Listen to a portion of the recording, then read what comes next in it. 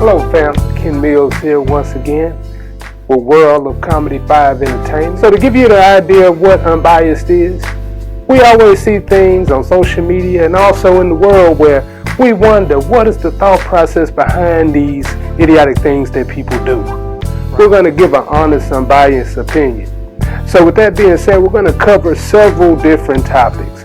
These topics will start from mental health, addiction, finance, incarceration, relationships. We're going to be truly unbiased this season. So remember, tune in at 8 p.m. Check us out on Boss Up Houston Network.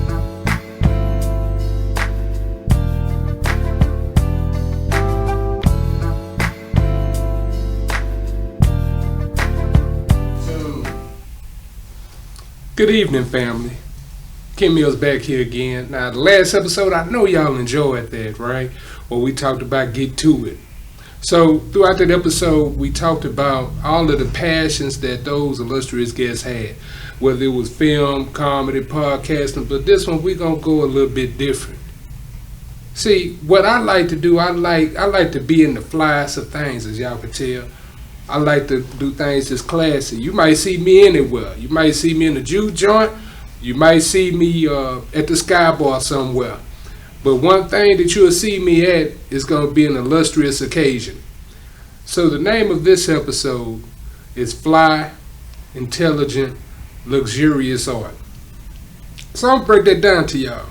So I came up with that because when I was growing up, F.I.L.A, that was the flyest brand out. I remember like the high heel F.I.L.As. If you had them in a turtleneck, you was rocking. Then when I got older, they had the F.I.L.A slides. See, y'all wearing like those Nike slides and Adidas slides, but when you had the F.I.L.A slide back in the day and some Saatchis on, you was the man. So that groomed me for what I like to do in life. As I moved around and I started to dabble in different pieces of art, I said, how can I bring the high value, the high quality, that champagne life to fruition? And I think we've done that. I think we succeeded in that. But tonight, we're going to have one illustrious guest. Now, me and this guest, we go way back. And we grew up pretty much the same way. But this man has amazed me with his art that he's brought to the forefront and in the ecosystem. Now, what I want y'all to do, I want y'all to just hang tight with us. Because when we return, we'll have our one illustrious guest. Like I said, you're now tuned in with Ken Mills on Unbiased on Boss Up Houston Network. Stay tuned.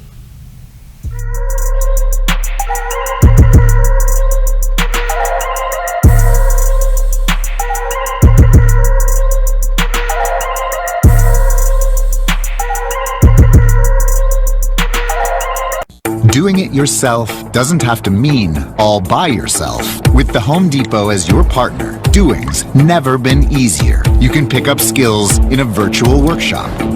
Pick up what you need fast or have it delivered same day. And if you have more projects than you have time to do them, we can even help with that. This is doing like never before. This is the Home Depot, how doers get more done. AT&T Fiber delivers a faster internet experience than cable. Ask me how to get 300 megabits per second for only $35 a month, plus taxes and fees, with no annual contract, no bundles required, and unlimited internet data included. Call Boss Up Houston Network at 832-895-5095. Again, that is Boss Up Houston Network at 832-895-5095. Limited availability. May not be available in your area. Speed change based on combined upload and download capacity of internet 300, internet 500, and internet 1000 for Xfinity extension and possible internet 500 meg, 600 meg, 1 gig, or 1.2 gig cable services with uploads of 10, 15, and 35 megabits per second. Download max speed is 940 megabits per second for internet 1000. Speed vary, not guaranteed.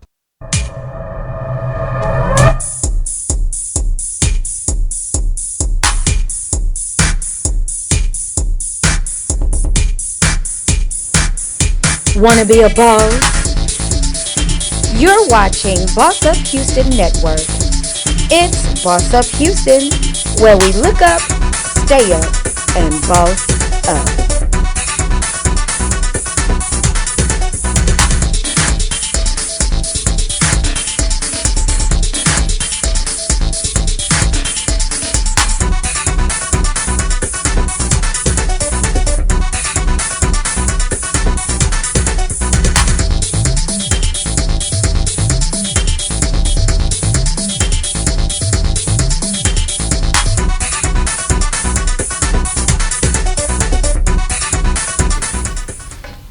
And we're back. Now this gentleman that's to my immediate right, I've known this gentleman for close to over 30 years. This man is a renowned, best-selling writer and a dear friend to the show. I want to introduce you all to Norian Love. How you doing, man? What's going on, brother? How Thank you you for doing? having me. Yes, sir. Yes, sir. Yes, sir. Yes, sir, man. Good. I always see you, man. Like I tell you all the time, man. Like I'm always a fan of watching you move, man. So this right here is real good. Not only an honor, it's really cool to just kick it with you. You know what I'm saying? Because we ain't did this in a minute. Yes, sir. Yes, sir. Man, it's an honor and a privilege to have you here. And also, guys, we did not plan this, but great minds think alike. We got on varsity jackets. Yes, sir. Now, this man here had ripping his brand with his varsity jacket. Call it out. Tell them about it. Yeah, man. So basically, man, this is what I call the Black Love Matters brand. So what I try to do in my writing is try to highlight and showcase what I believe Black love should be. And so it takes the heart, and then it kind of gives you the opposite sides of it to give you what should be unity. You know what I'm saying? So it's all I wear in my brand as well as my writing. So yeah. Okay. Now, it had to be a point where, when you were in your youth, that it built up to this point. So kind of take the people about your upbringing, how you grew up, and the things that you encountered. Yeah, man. So I'm from South Park, Houston, Texas, man. Okay. And so out there, man. I went to Jones High School. I was just in the hood. You know what I mean? That was just where I'm from. Mm-hmm. And I think that from that upbringing, you get a very acute awareness of what life is about. You know, because you it's almost as if, you know, the best education you ever gonna get is when you are amongst your people in survival mode. Mm-hmm. You know what I'm saying? From there, I knew that I wanted to do something else. So, we went to law enforcement, as you know, and then from there, I started working full time at Transco Tower. Mm-hmm. So I took that little, I don't mean little, it wasn't, but I took that co-op job, and I turned that into a career. I started working in IT. My technology background led me to Enron. From there, I learned about natural gas, oil, crude, commodities. That took me into the trading and financial sector, and I did that for a good while. And then at one point in time, it was like, you start building the American dream, and you think to yourself, like, man, like, I checked all the boxes. I went to school, I got the job, I got the car, the house, whatever the case may be, and it ain't filling that hole in my heart. You know what I mean? I ain't feeling what's going on there. Right. And so what I found for me was I just always had a passion for storytelling and writing. You know what I mean? And so I was like, you know what? This is what I want to do with the rest of my life. So I started with Money, Power, and Sex. Some of the poetry first, but I really started with Money, Power, and Sex. It was my first novel, and we went from there. See, now when you talk about money, power, and sex, when I took a look at it, you had a character in there. The character was grinding hard to get what she wanted. Yeah. But unfortunately, her friend. Yeah. Got the actual prize. Yeah. Right? Yeah. Right. But we're going to get into that. But what I want to kind of dive back into is, hey, from the outside looking in, I would have thought you would have been a rapper, because when we were growing up, freestyling was the thing to do. Yeah, man. I thought I was going to be one. Yeah, man. Well, every now and then I drop them bars still, man. I do my Freestyle Fridays because I love the wordplay. And I think that, that was one of those things. You know how we used to do, man. Like, we would get in the LAC or whatever case may be, and everybody would drop a little freestyle. Right. And so that was probably my my introduction to my love of words, no pun intended.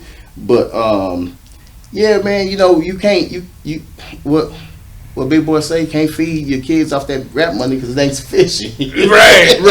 Right. So I had to do something else, man. But getting back to, I've always been an artist at heart, I think. You know what I'm saying? Yeah, because, so this is what I can tell you, and this is how it fits into the construct of the episode. So when I say fly, intelligent, luxurious art, right? So going back to when we were growing up, you had to have that fly factor in you. And you surrounded yourself with a circle of people. Shout out to Tip, D-Ray, everybody. Southside Hustlers, yes sir. See what I'm saying? Brothers. Yeah. When you surrounded yourself with them, it set you apart. And especially with your art, because I saw that you had a poetic trilogy that you broke down. So it shows the love of your words as well. All right, so let's back up to a little bit what you was talking about to the fam, right? So I think that the reason why I got into the art was because I got into the hustle like at a young age. You mean like I remember 6th grade, man. You remember this, man? Like they used to come up to the school with the blow pops, and blow pops were like 25 cents, but you can get them at Fiesta for 10 cents. Well, then I figured out, well, if I get them for 10 cents over here and I sell them, this is how I'm gonna make my money. You know what I mean? Because I can charge boys 25 cents. But then I hit it, and I was like, but if I can get $50 worth of food stamps, them same things is 5 cents. You know what I'm saying? And so now I'm really making money. You know what I mean? And so that was kind of how I got into making money, which ended up making me get into buying the things I wanted with my money, right? I was like, oh man, let me get them J's. So my first pair of Jordans I got selling blow pops, you know what I'm saying? And so Feelers, I remember shouts out to Nicole McGee, I know she gonna remember this. I used to have on this in my mind at the time, at least. It was a clean Guess set with like it was a Feelers shirt and the Feelers shoes. I thought I was killing the game, bro. You know what I mean? And all that came from the blow pop money. But fast forward to the poetic trilogy, when I decided to start writing, it was like, well, initially it was that hustler's instinct. It was like, well, I gotta outwrite everybody. I gotta do the, and that's not how art works. Art works with you're gonna sell it if you love it. You're gonna sell it if you love it, because then it translates. Right. And so I had to kind of switch gears and started really telling stories from the heart, which was kind of a hard thing to do because, again, from those neighborhoods, you kind of harden to certain things. Right. So I really had to say, you know what, let me crack this armor and tell these stories. And then I just found out along the way, man, like I like this. Okay. Because when you talk about having that mentality, like you said, I grew up in a similar environment. Everybody know I grew up in Fifth Ward, but I moved to the South Side and everything. And one thing that I learned is you can't show emotion, and then also you always have to have your head on the swivel. You always got to be able to see where the opposition coming from or where any harm is coming from, and any weakness that you show is a detriment because that's seen as a vulnerability. Definitely. So I too went through that, but then I had to realize, hey, I'm a grown man. So once I came to that realization that I can be whoever I want to be, and I don't necessarily have to fit a construct, and people have to understand that a grown man can cry, a grown man can hurt, a grown man can be happy, a grown man can dance. When you're in the club, if you feel jubilant, you can dance. That's facts. You don't have to stand on the side. We don't practice looking hard no more. Yeah. No, you're right. I mean, and that's really what it boils down to, right? It's like you get to a point in life where you're comfortable in your own skin. Yeah. And no matter what's going on the outside, you're you. Right. You know what I'm saying? And so I think that that, like, we talk about the freestyles, right? So I do this thing called Freestyle for Fridays on my IG at Norian Love. And so one of the lines that from there was I know that writing about my feelings might make me look soft, but they don't really raise no suckers coming outside park. You know what I mean? And so that is kind of, it's just an honest assessment of where, I'm at in my life. You know what I'm saying? I think that's the most important thing as a man, is that once you start walking and living with integrity, the rest of the stuff is immaterial. Right. because at the end of the day, nobody is taking care of your livelihood. Nobody is feeding you. Yes, sir. Nobody is clothing you but you. That's it. So that's the person that you need to address. You're right. The person in the mirror, and then also whoever's in the construct of your family. But man, I tell you, so you talk about the corporate, coming from corporate, and I can definitely understand that because sometimes it feels as though when you work through corporate, they pay you for you to forget your dream. Man, look, man, this is the realest thing you ever heard, man. Someone told me, man, if you don't know your worth, somebody's going to tell you your worth, and it's usually going to be half of what you actually are worth. You know what I'm saying? And so what I realized, man, is that like this I stand behind because it's me, you know. So it's not even necessarily, because this is the dopest logo or this. It's the integrity of showing up, being committed, getting up at 3 a.m., the persistence. That's what the luxury. I know I can dress. I paid Ralph and Perry and all them boys enough money, so that ain't even it. It's just about the commitment to what I'm supposed to stand for as a man, what I believe I am. You know what I'm saying? Right. So that's what people are buying into. You know what I'm saying? Right. That every time I drop something, it's going to be of a certain standard, of a certain quality. And that's what I got to hold myself to, which is why I got to get up that early. You feel me? Yeah. I definitely understand because, look, while people are sleeping, I am up. And most times, I'm off. Most times, I could be on vacation, but I don't. Because I have, like you say, it's a commitment to the excellence that you want to bestow to the world. Because at the end of the day, when you leave here, what's your legacy? That's it, man. And I think that, like, legacy is something that maybe you don't get it when you're a younger cat, but as you start to mature, you start realizing that, man, we all on a certain amount of time. I don't care what time it is. So what they gonna remember about you? You know what I mean? And so for me, it was just like, well, I can't leave my best ideas inside of me. You know what I mean? I got to put this out here. Whatever it is, I got to put it out here because these are my best ideas. You know what I'm saying? And so it wasn't. I don't know if I gave myself a choice, man. I wasn't negotiating with myself when I said I was going to be a writer. It was like, this is what we finna do. So, your first book, Theater of Pain. Yeah. So I wanna talk about what was the mindset that you took into that? Shoot. How much time we got? Yeah, we got. Come on, man. That was about a really messy. That was probably the worst breakup I'd ever been through, man. It was that was one of them things where, everything was just it. You got to watch God sometimes, man, because really people don't understand that pain is a part of birth. Saying sometimes you go through a difficult process and you go through uncomfortability because something beautiful is going to be birthed on the other side of that. So what happened was this breakup was horrible, and I had all this feeling, and I don't know how to express it. You know what I'm saying? So I just started writing it down. And so I didn't realize that was going to lead to a writing career at the time. But I knew I had a lot to get off my chest.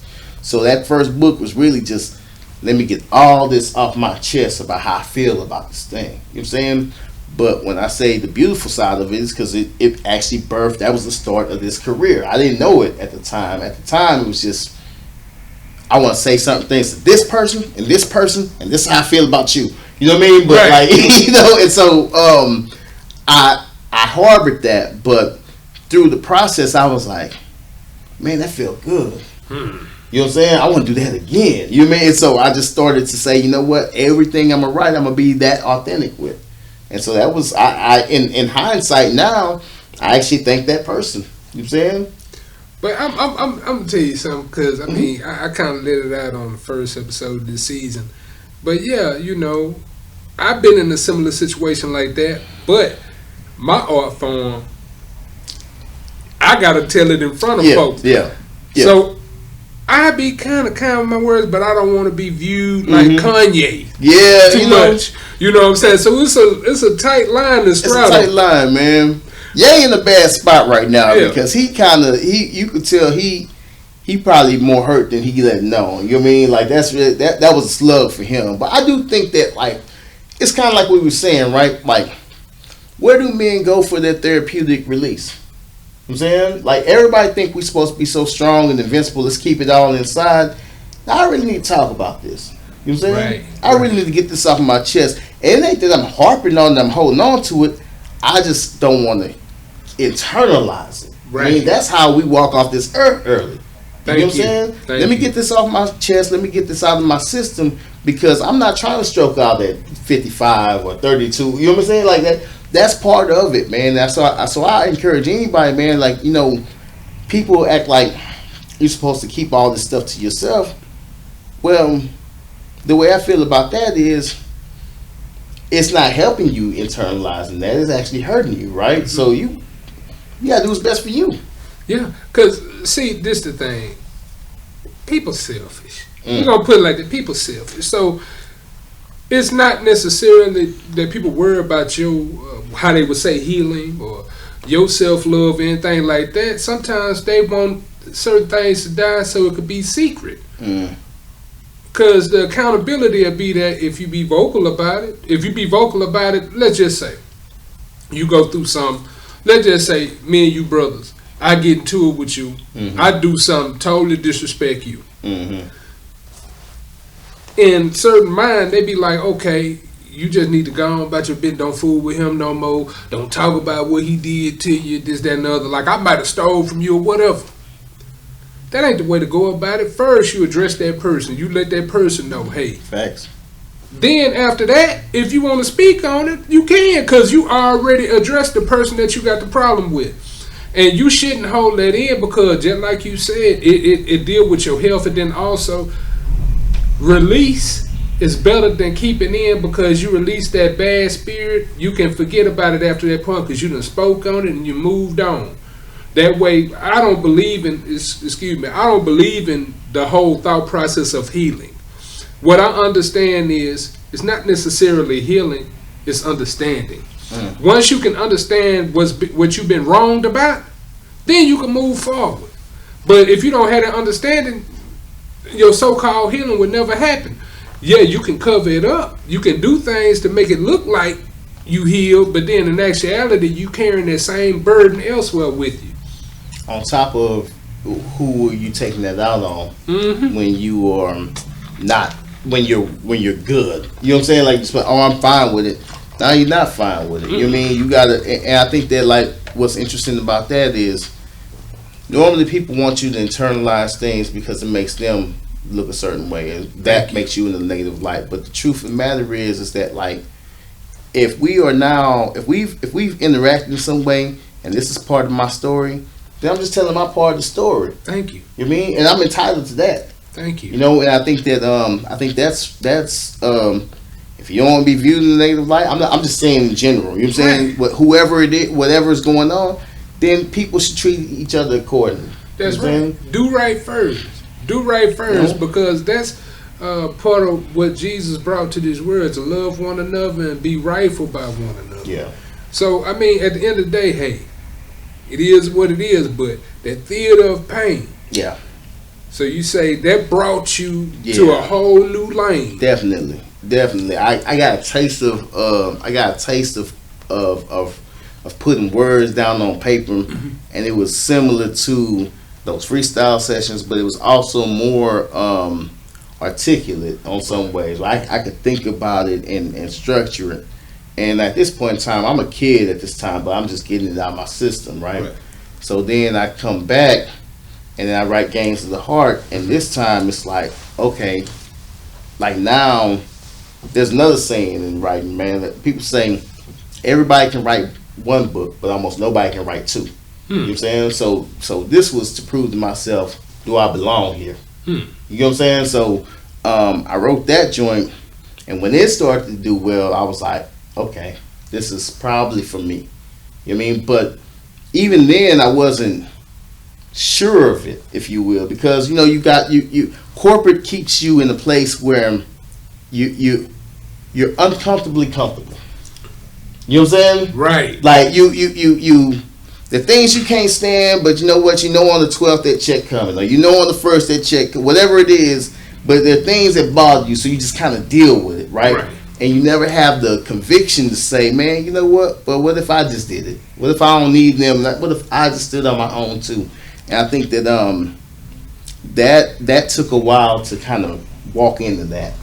Yeah. You know what I'm saying? Yeah, because see, I know exactly what you're talking about, because it's more like a compromise. It's like, in order for me to receive this, in order for me to have a certain quality of life, there's certain things I have to give up. I got to give up my time. I got to give up, some days I might not even want to be bothered, but I got to do it. Yep. But I'd rather feel like that with my own. I understand what you're saying. Yeah. I'd rather feel like that on my own, Yeah, rather than for somebody else. that's it. Because if I can make them $1 million, I can, for darn sure, make my own. Yeah, and that's really what it boiled down to, man. Once you start realizing, like, oh, the problem ain't if I can make money, because I made money for him. Right. How do I do it for me? And I'd rather spend, if I'm going to be stressed out for anybody, let me be stressed out for me. You know, let me not be stressed out behind, Tarred Ink and, whatever the case may be. Let me be stressed out behind Norian Incorporated, whatever, and figure out those problems, because, the interesting thing about that is when you do work for yourself, you don't have no choice but to grow. Because you got to be every position. You got to be the accountant. You got to be the IT tech. You got to be the web designer. You got to be anything that comes with it. And that's all before you get to writing. You know what I mean? And because it all goes together. You know what I'm saying? And so I think it's really cool, because the question that you're really answering is, what am I made of? Then. So, one question I did have for you, because I do see that you're an award-winning author. I do see that you have been publicized. Appreciate that, bro. So, when was it a certain point where you saw your passion grow to a certain point where you like, hey, people really understand what I'm talking about and they dig it? Man, it was probably the first novel. When I wrote Money, Power, and Sex, like the poetry, I would tell you that poetry doesn't sell, but there's a millionaire poet over there named Pierre that I ain't gonna talk about, but you know who you are. He doing his thing, you know what I mean? But it took a minute to grasp, what this art form was. When I wrote that first book, I just saw a shift. I saw people respond to it well. It had a corporate element. It had some of the eroticism that you would find in like an Eric Jerome Dickey and a Zane book, whatever the case may be. But it really told a romance story along the way. And I think people just kind of gravitated towards it. And I think for me, it was like going back to that blow pop story, right? Once I know I can sell one, I can sell 100,000. Once I know one person wants something, now I just gotta go find my tribe. Like that's I've always been that way. So when I heard the first person like, oh, it was like, oh, this is what I'm doing. You know what I mean? That was it. You know what I mean? It was no looking back from there, man. And I think that I've always been the kind of person that burned the boat, so we don't have to worry about going back to it. We finna take this island. You know what I mean? And so when I saw that, I was like, "No, we finna write. This is what we doing." You know what I'm saying? Like, so, I mean, when you started to write, did you look at those other authors that you called out as like models for what you were doing, or did you just go on your own and you was like, "Hey, this is what I want to present to the world"? Man, that part. I couldn't read anybody's books. I didn't start reading. Real talk, I didn't start reading other writers until this year, until after I won the award, because everything up until that point was, what does my voice sound like? I'm like, you gotta think about it, right? So you have a corporate career, you know how it grows, you know what to expect, because other people have shaped it and told you, oh no, you should do this, that, and the other. But when you start working for yourself, or you're doing something creative, whatever it is, and you have no idea, you gotta be careful about those influences, right? So I think for me, I just want to know, what did Norian sound like, as a writer? What does that even sound like? And I wasn't comfortable with that until maybe the last book, I was like, this is my voice. Now let me build on it. Now that I know how I sound, let me now take from the greats and figure out, like that Kobe Bryant mentality. Let me get the dream shake. Let me get that step back. Let me get, you know what I'm saying? So, but I just had to figure out my own game first. So no, I didn't read anybody. Wow. Yeah. Wow. And I take it that did you receive feedback from any of the audience that read it? Oh, definitely. I mean, that was probably that was helpful because a lot of times you'll have people who are they don't mean anything by it, but like they may either say yeah because they want you to go away, or they may be critical, and so you got to figure out what the actual voice sounds like, right? Like who is the reader, or who is your audience, and what is your audience saying?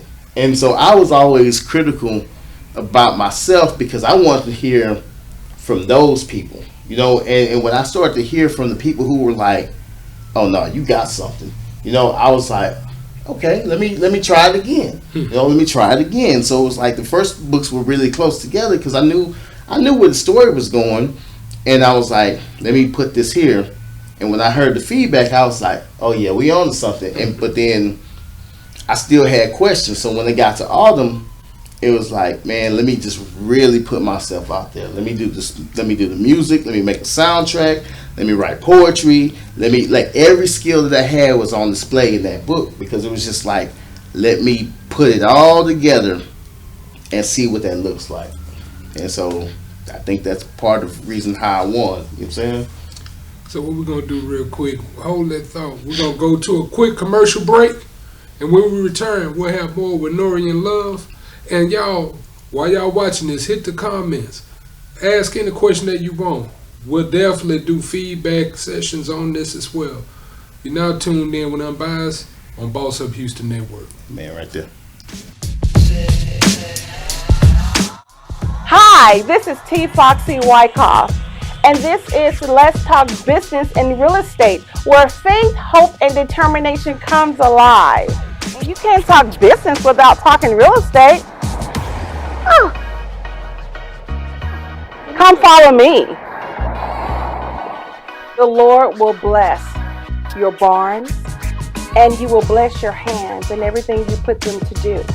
The Lord will bless the property in which He's giving you. Tune in to Let's Talk Business and Real Estate on Wednesdays at 8 p.m. on the Boss Up Houston Network.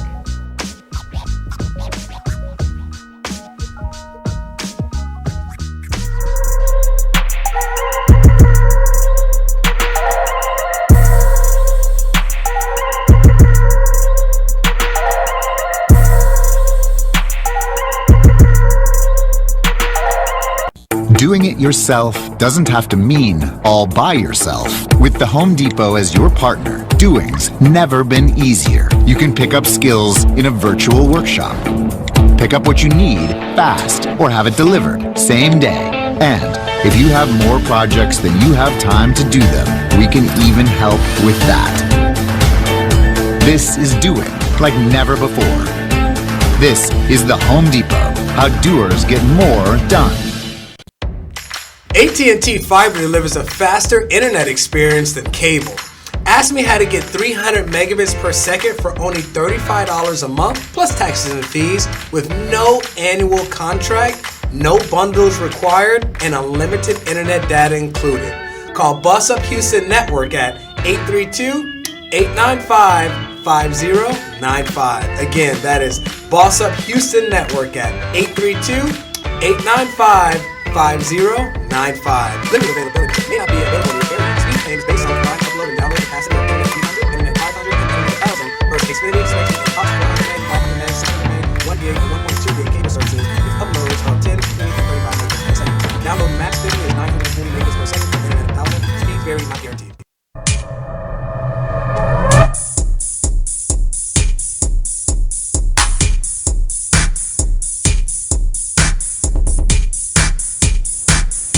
Wanna be a boss?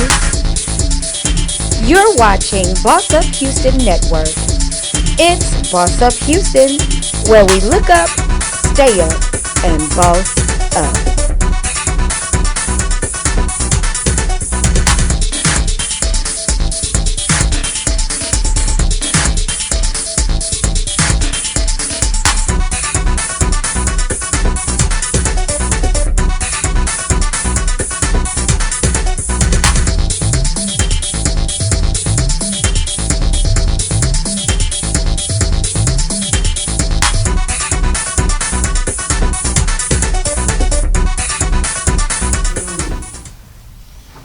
Welcome back.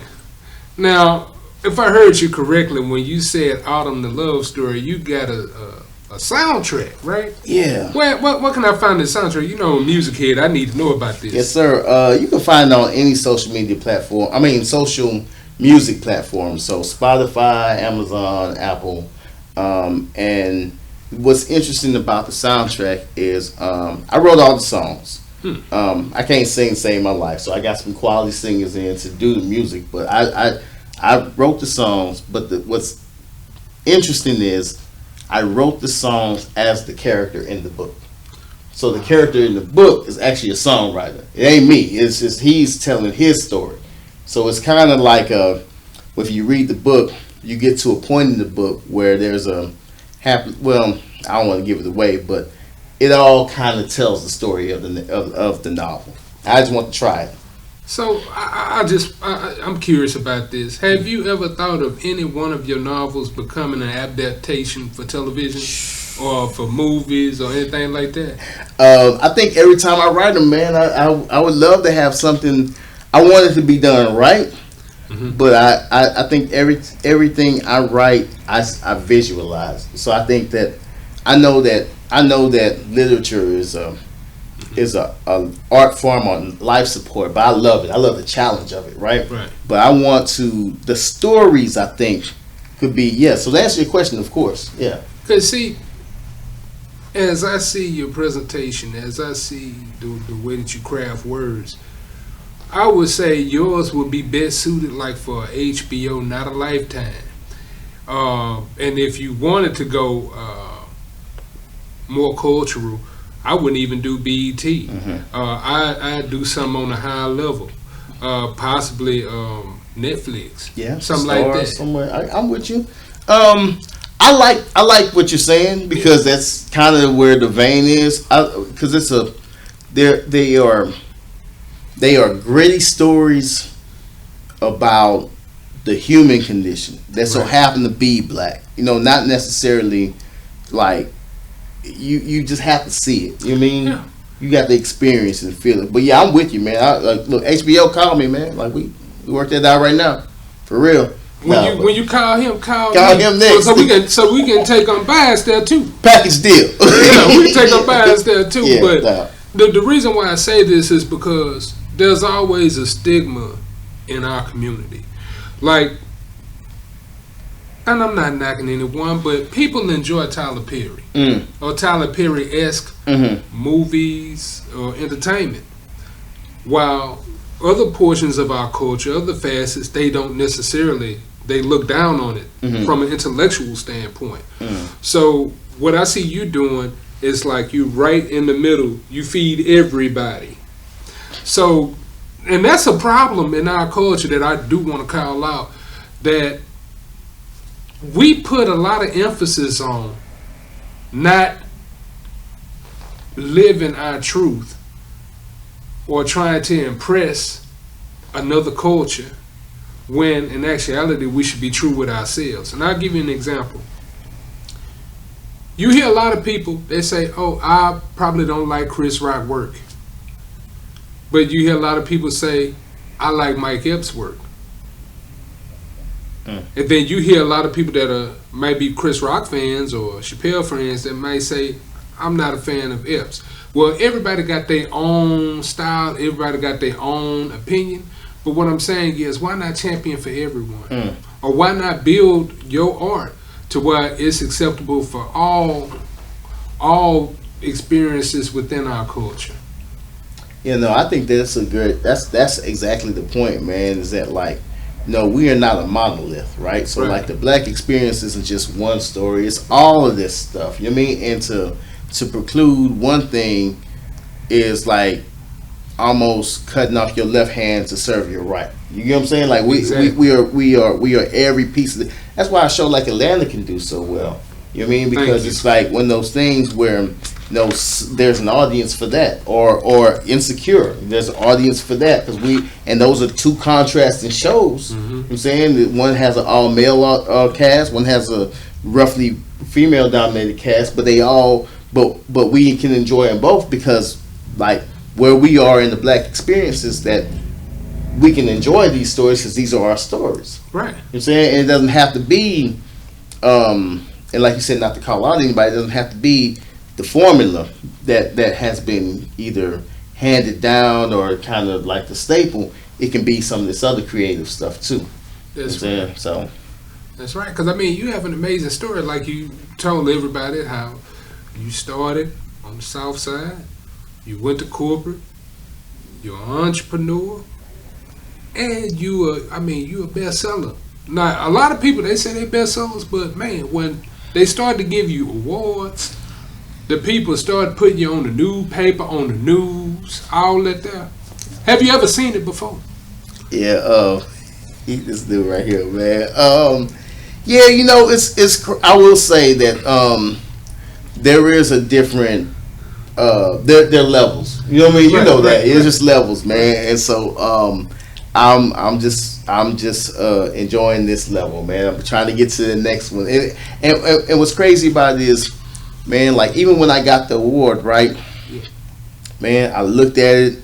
I posted about it, and I got right back to work, man, because it's like, it's like you can't be satisfied with that. You have to get. If your goal was to get that, then you're done. But what you're trying to go, where you're trying to go, you're nowhere near there yet. So you got to push towards that.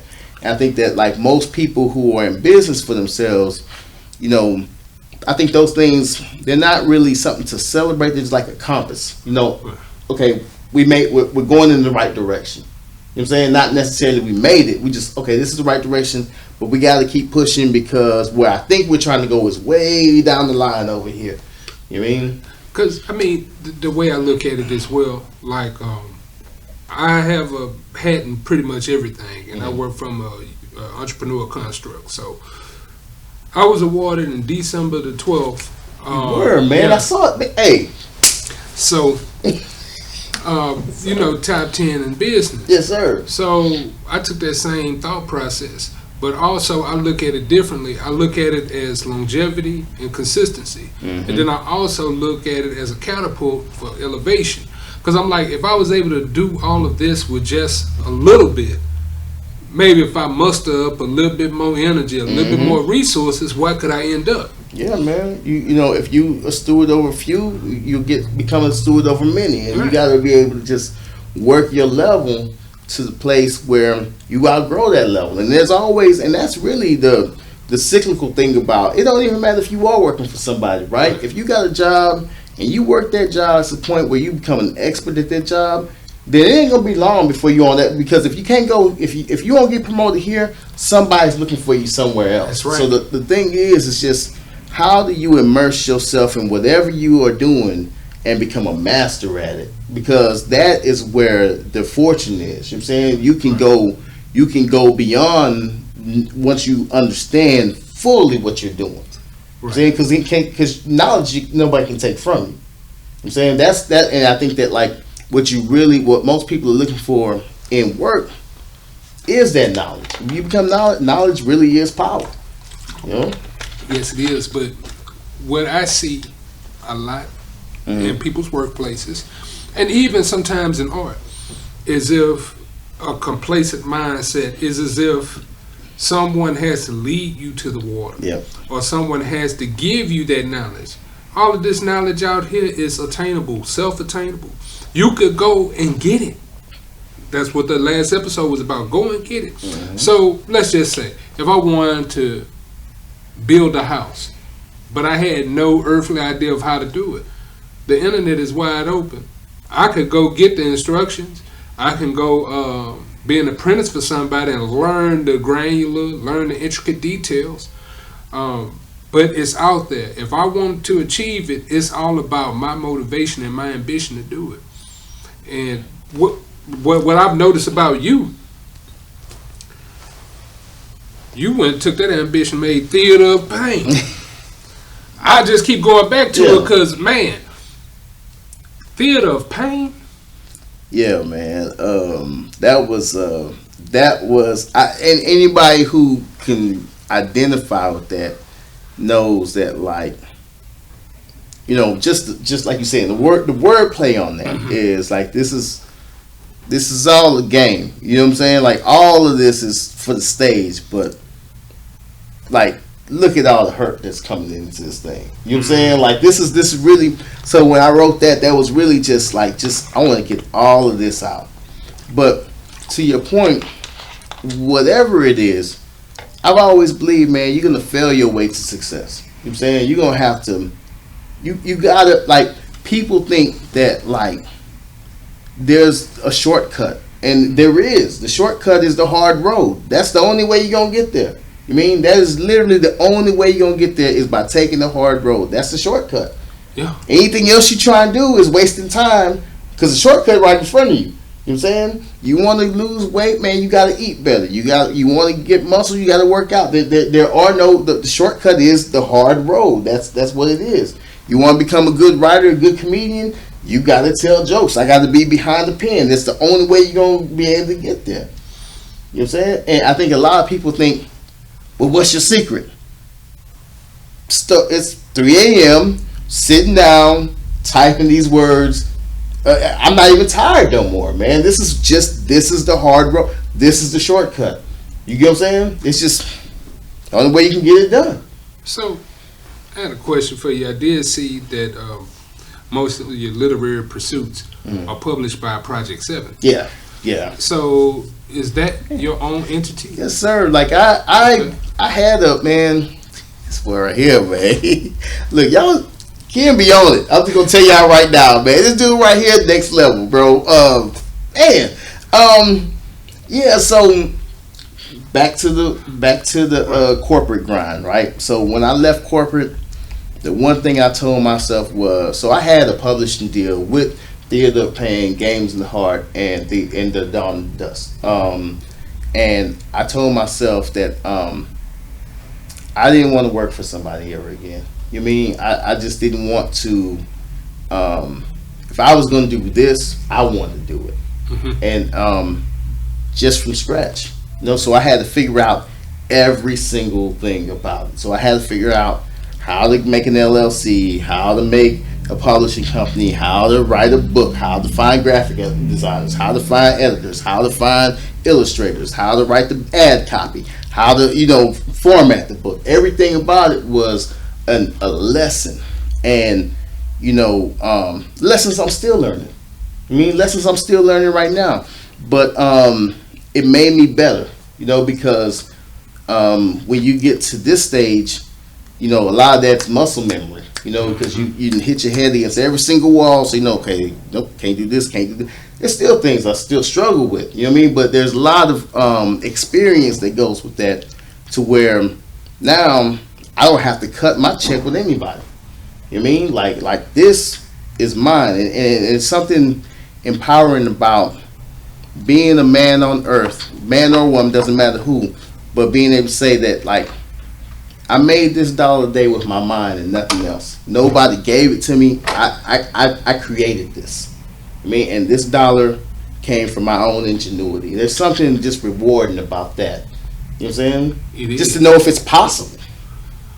That's the victory lap that Nipsey was talking about. Yes, sir. So, what I've also noticed as I look at social media, between your latest literary pursuit and the last one, you started to do different contests where people would ask you certain things like, how would you write this plot, or what this character would do, or those type of things. Let me know how you put this all together, and did you see your following rise after that? Oh man, my following was it was steady.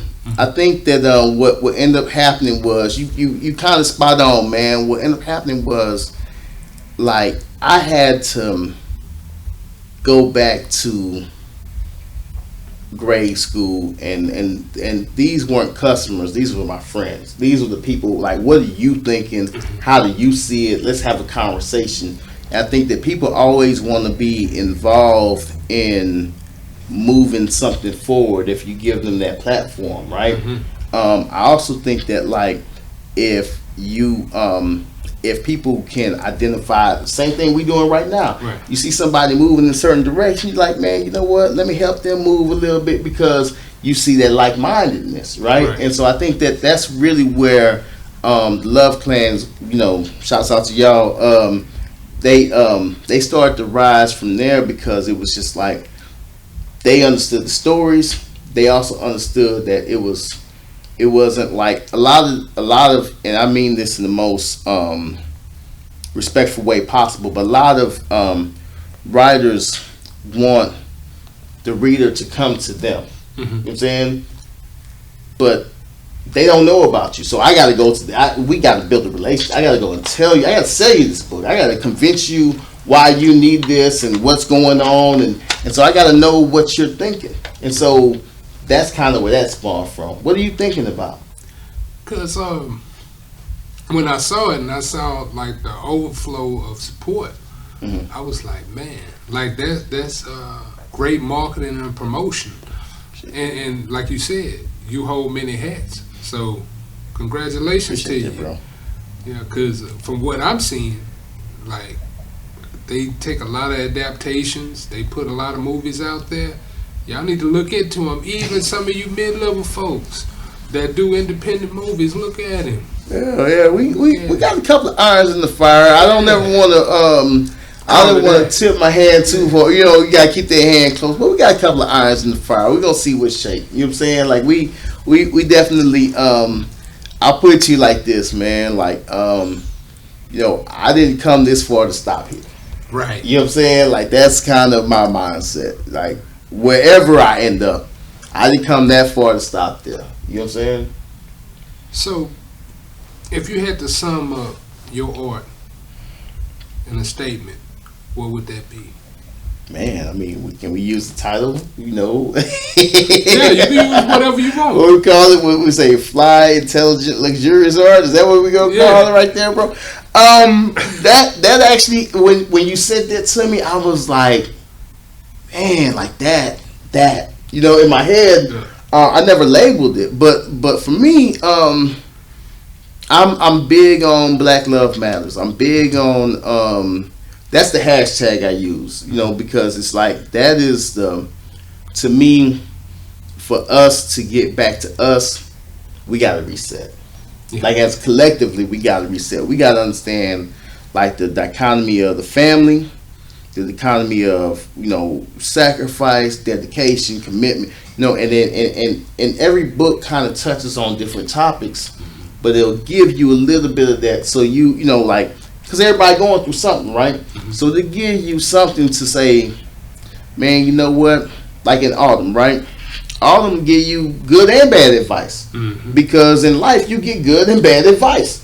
You know what I'm saying? And so, but what I'm really trying, if you read the package, what you really getting is, and you know what? At the end of the day, this is how family should work, or this is what you, or some variant of that. Not a definite, but just kind of like here's one thing that this is what love could look like. This is what families could look like. Right. And so that's what I really try to do, bro.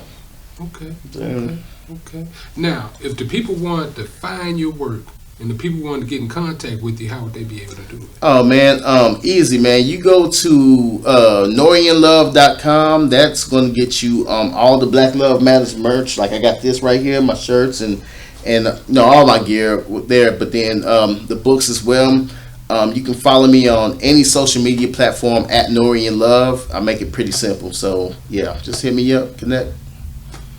So brother, I want to thank you for coming. I'm proud of you. Hey, It's a privilege and an honor. Let me tell you, before we go, I gotta say something. You know I'm gonna say something, man. Look, like you said, me and this dude, we've been rocking since knee high, man. And I'm proud of what you have become. I'm proud of what you're doing. I always call you Young Bull, man, because the way I feel about it, man, is like once this man right here makes his mind up on something, ain't nothing finna get in his way, man. So you just stay solid, man, and man, you always got a partner in me, man. So and likewise. Yes, sir. And likewise all right. for life. Yes, sir. So everyone, we always give the parting shots. I do this here while Norian is on stage with us. So number one, title of the show is Fly, Intelligent, Luxurious Art. So I want to take it back to the genesis where we talked about the F.I.L.A brand, right? So remember, F.I.L.A brand took a break. Really took a break in our conscious after Grand Hill or whatever, Jerry Stackhouse. You would catch F.I.L.A at F.I.L.A Paratus. You would catch F.I.L.A at Burlington. You ain't want to wear F.I.L.A. It was almost like a plague. But now you see F.I.L.A making a stern move back, right? You can catch F.I.L.A at Champs, everywhere else. So I say this for one reason. History repeats itself. So that means whatever you're doing from an art perspective, even in life, be real. Because real will never die. It'll always be here and come back. That's why when we do this show, we talk about real issues. We talk about things that can elevate and motivate, not things that can denigrate or degrade. We're here to provide a service. That service is merely to empower our people, empower whomever. We try to bring out the best in the ecosystem. Now, we're going to give you some issues that's going to be tough to swallow, right? Yeah. Sometimes your medicine hard to swallow. You got to take your medicine when you get it, because that's the only way you'll get better. So as we look at society now, society needs a boatload of medicine. They need amoxicillin, they need 3-6s, they need cod liver oil, and all of that. But what we're going to do this season, we're going to give you all that in probably about 16 episodes. So kick it with us. This is only the start. Once again, I want to thank my boy Norian Love for coming down. And I want to thank y'all for watching. Now, next week, we're going to have something beautiful for y'all. I want y'all to pay attention to it because we're going to have one of our recurring guests come back. But until then, signing off, Ken Mills with Unbiased on Boss Up Houston Network.